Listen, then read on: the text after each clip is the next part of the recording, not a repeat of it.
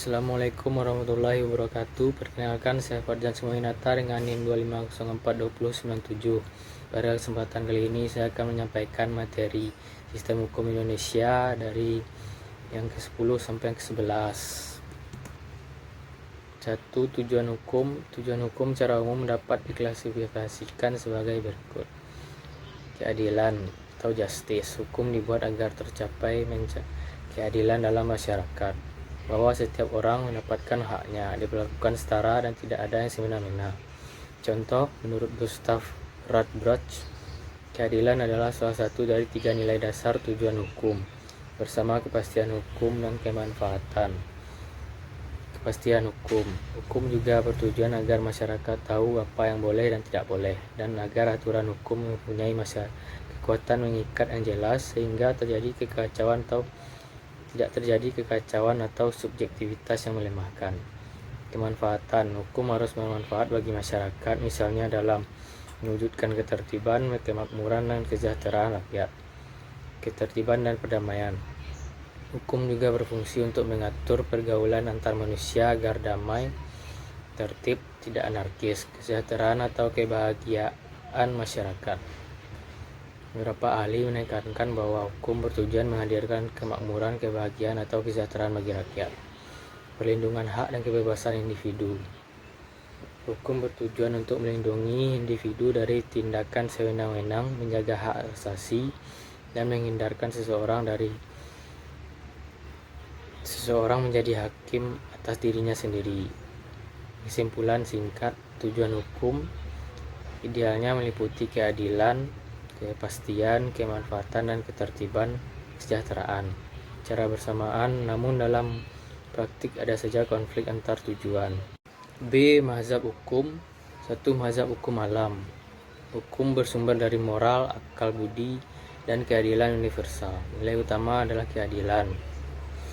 Kedua, mazhab positifme hukum. Hukum adalah perintah penguasa sah karena disebut secara adil, bukan karena adil. Nilai utama adalah kepastian hukum. 3. Mazhab utilitarisme. Hukum harus memberi manfaat bagi kebahagiaan terbesar bagi masyarakat. Nilai utama adalah kemanfaatan. 4. Mazhab historis. Hukum tumbuh dari adat dan budaya masyarakat. Nilai utamanya adalah tradisi dan kebiasaan. 5. Mazhab sosiologis. Hukum harus sesuai kebutuhan masyarakat dan berfungsi sebagai alat rekayasa sosial. Nilai utama keadilan sosial dan efektivitas hukum. 6. Mazhab realisme hukum. Hukum yang nyata adalah hukum yang diputus hakim di pengadilan. Nilai utama adalah praktik nyata dan keadilan faktual. 7. Mazhab progresif. Intinya adalah hukum untuk manusia, bukan manusia untuk hukum. Nilai utama keadilan substantif dan kemanusiaan. C. Sifat hukum. Mengatur atau regulatif. Hukum berfungsi mengatur tingkah laku manusia agar sesuai dengan norma dan ketertiban sosial. Contoh, aturan lalu lintas, mengatur cara berkendara di jalan. Memaksa. Hukum bersikap memaksa, siapapun yang melanggar dapat dikenakan sanksi oleh negara. Contoh pelanggaran pidana dipaksa menjalani hukuman penjara. Melindungi.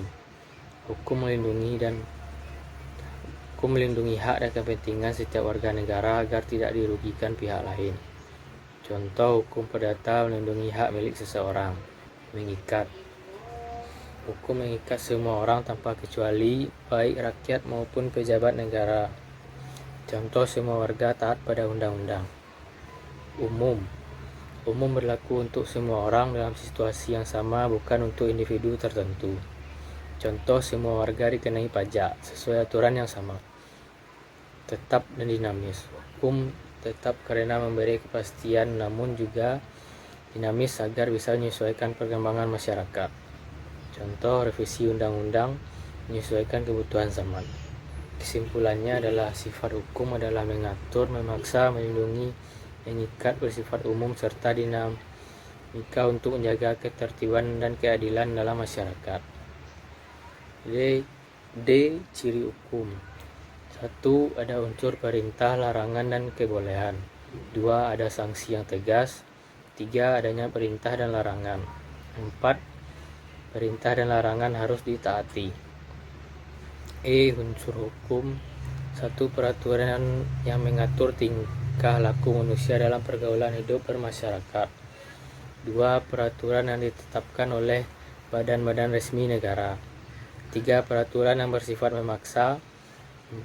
Peraturan yang memiliki sanksi tegas. Sumber hukum. Undang-Undang Dasar 1945. UUD 1945 merupakan hukum dasar tertulis NKRI yang memuat dasar dan garis besar hukum dalam penyelenggaraan negara. Undang-Undang. Undang-undang merupakan peraturan perundang-undangan untuk melaksanakan UUD 1945 dan TAP MPR. DPR bersama Presiden berwenang membuat undang-undang. Peraturan pemerintah pengganti. Perundang-undangan atau Perpu jenis ini setara dengan undang-undang yang merupakan kewenangan Presiden, karena pembentukannya harus diajukan pada DPR untuk mendapatkan persetujuan ditetapkan jadi undang-undang.